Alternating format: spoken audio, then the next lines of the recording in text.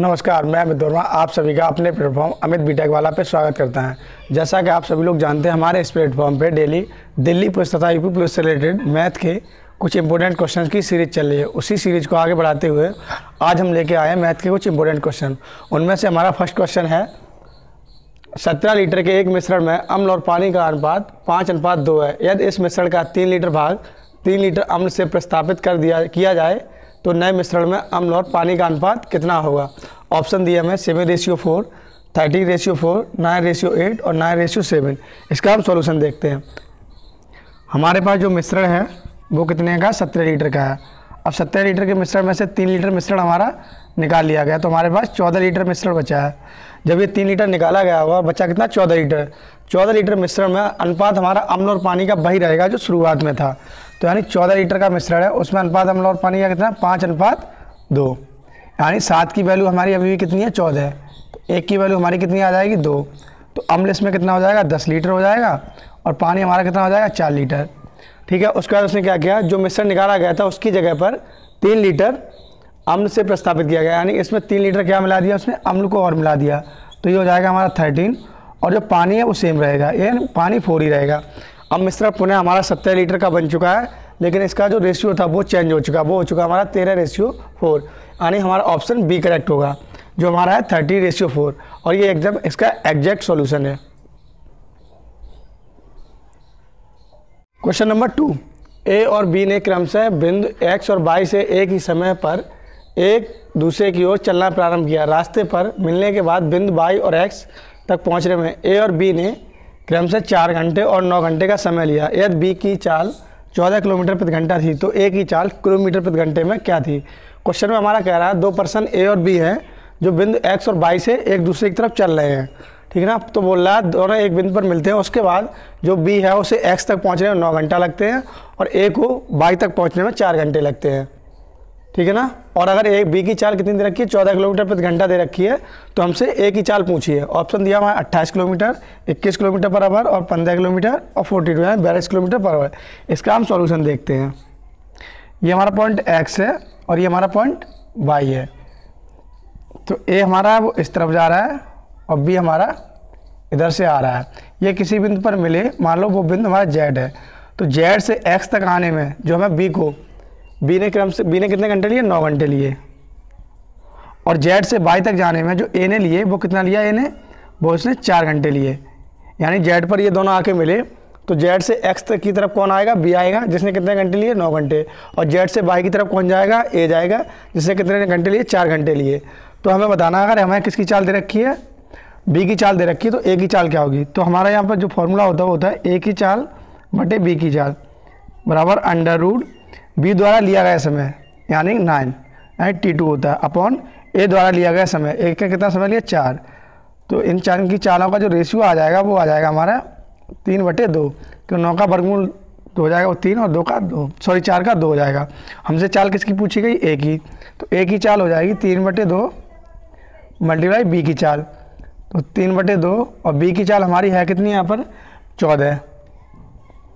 और 2 से cancel out करें, 7 है बार। तो जो बी की चाल आ जाएगी वो, सॉरी ए की चाल आ जाएगी, वो आ जाएगी 21 किलोमीटर पर आवर। और आसानी से हम इसको कैलकुलेट कर सकते हैं। तो हमारा ऑप्शन कौन सा सही था, ऑप्शन बी करेक्ट था। क्योंकि इसमें जो हमें देखने वाली बात थी वो ये फॉर्मूला इंपॉर्टेंट था। इसमें क्या, ए की चाल बटे बी की चाल बराबर होता है अंडर रूट बी द्वारा लिया गया समय बटे ए द्वारा लिया समय गया।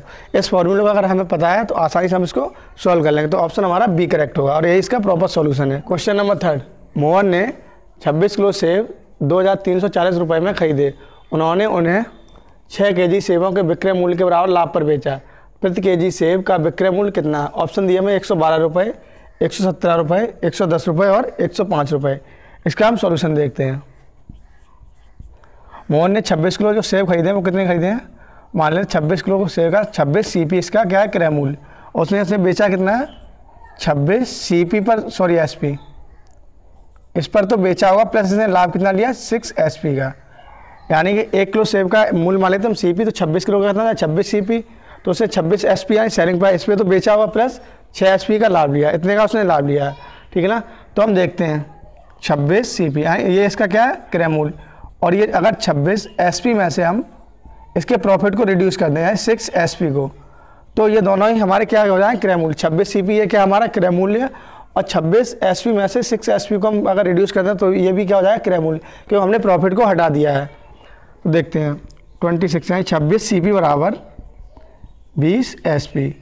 तो यानी यहाँ पर SP अपॉन CP रेशियो देख लेंगे। SP अपॉन CP का जो रेशियो निकल के आएगा वो कितना आएगा 26/20। कैंसिल आउट करेंगे तो ये आ जाएगा हमारा 13/10। ठीक है ना। SP अपॉन CP का रेशियो हमारा कितना आ गया 13/10।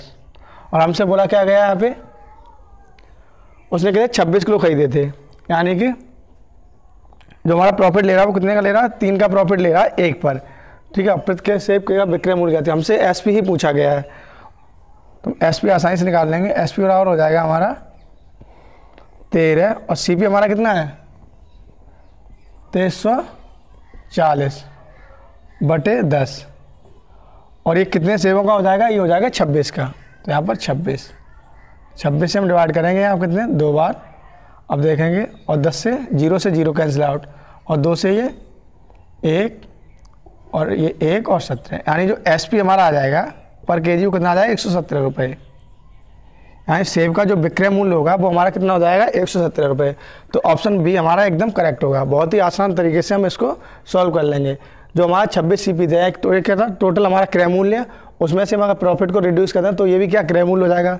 दोनों को हम इक्वल कर लेंगे और आसानी से हम विक्रय मूल्य बटे क्रय मूल्य यानी SP अपॉन CP का रेशियो फाइंड आउट कर लेंगे और इसको सॉल्व कर लेंगे। तो ऑप्शन बी हमारा करेक्ट होगा। क्वेश्चन नंबर 4, एक बस की चाल 54 किलोमीटर पर आवर है, लेकिन बीच में सवारी के लिए रुकने के कारण उसकी चाल 45 किलोमीटर पर आवर हो जाती है। तो वह 1 घंटे में कितने समय के लिए रुकती है। हमें टाइम दिया 30 मिनट, 20 मिनट, 40 मिनट और 10 मिनट। हम देखते हैं बस हमारी 1 आवर में चल कितनी रही थी 54 किलोमीटर। ठीक है ना।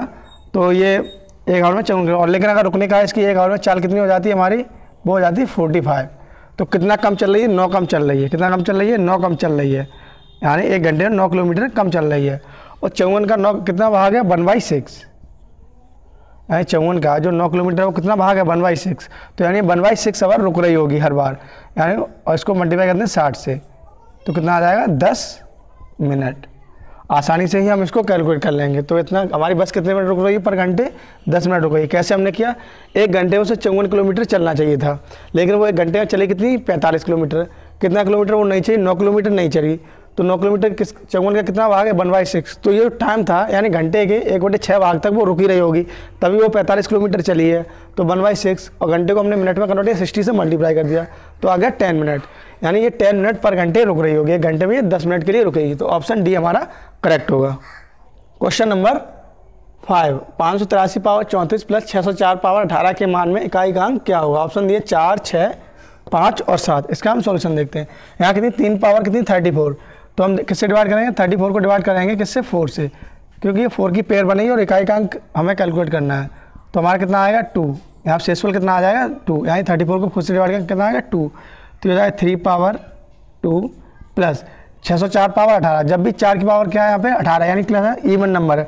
इवन नंबर होता है तो इकाई का अंक हमारा क्या आता है 6 आता है।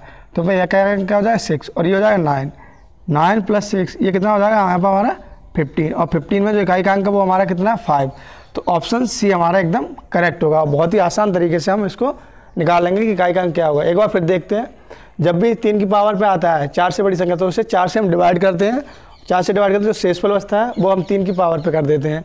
तो यहाँ पे 3 कितना शेषफल बचा था 2, तो 3 की पावर हमने 2 कर दिया तो हमारा आ गया 9 प्लस यहाँ 604 लिखा। 4 पावर जब भी इवन नंबर होता है तो इकाई का अंक क्या आता है हमारा 6, तो यहाँ पर 6 कर दिया। 9 प्लस 6 कितना होगा 15, 15 में इकाई का अंक क्या है 5। तो इस नंबर का जो इकाई का अंक होगा वो हमारा होगा 5, यानी ऑप्शन सी हमारा करेक्ट होगा।